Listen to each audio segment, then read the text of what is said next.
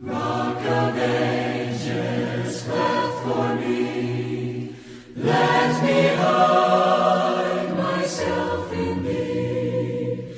Let the water and the blood from thy riven side which flow be a sin the double cure. Save me from this guilt and blood.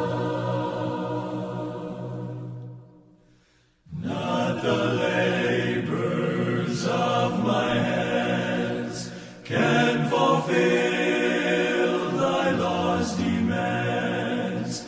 Could my zeal no respite know? Could my tears